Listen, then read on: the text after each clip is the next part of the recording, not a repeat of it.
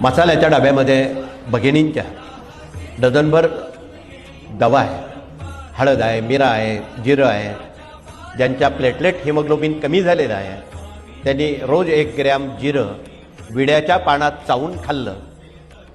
7 दिवसात प्लेटलेट पूर्वपदावर येऊन हिमोग्लोबिन 15पर्यंत जातं, रुपया लागत नाही. एवढी औषधं मसाल्याच्या डब्यात आहे. आणि त्या मसाल्याच्या डब्याकडे आमच्या साऱ्या माता भगिनींनी जर त्याचा अभ्यास केला, तुम्हाला आयुष्यात डॉक्टरकडे जाण्याची जरूर नाही. इतकं सोपं आहे, ते जाणून घ्या. आपला घरचा आयुर्वेद ग्रंथ त्याचा साधक आहे. म्हणून आपल्याला निवेदन आहे की स्वयंपाक करताना त्या मसाल्याच्या डब्यात असणाऱ्या पदार्थांचा आपण अभ्यासच बना, त्याचं प्रमाण माहीत असावं. बऱ्याच जणांना चरबी वाढते फास्ट फूड खाऊन, ती कमी करण्याचं काम दालचिनी मध करतो.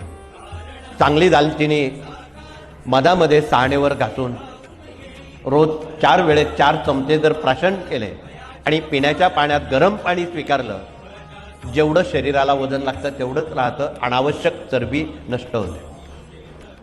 हे फार सोपी बाब आहे. म्हणून या बाबी आपण करून बघा. 3 ते 4 आठवड्यात त्याचा अनुभव येतो. इथे दर रविवार गुरुवारला कमीत कमी 100 रुग्ण तरी कॅन्सरचे येतात बघा. बिना केमो, बिना सर्जरी, अत्यंत सोप्या पद्धतीत हा दवा उपलब्ध आहे. बिना वेदना, बिना केमो, बिना सर्जरी असणारा हा दवा कॅन्सरला कायमचा घालवण्याचं काम करतो. तो सप्तरंगी काढा आहे, सप्तरंगी मूळ आहे.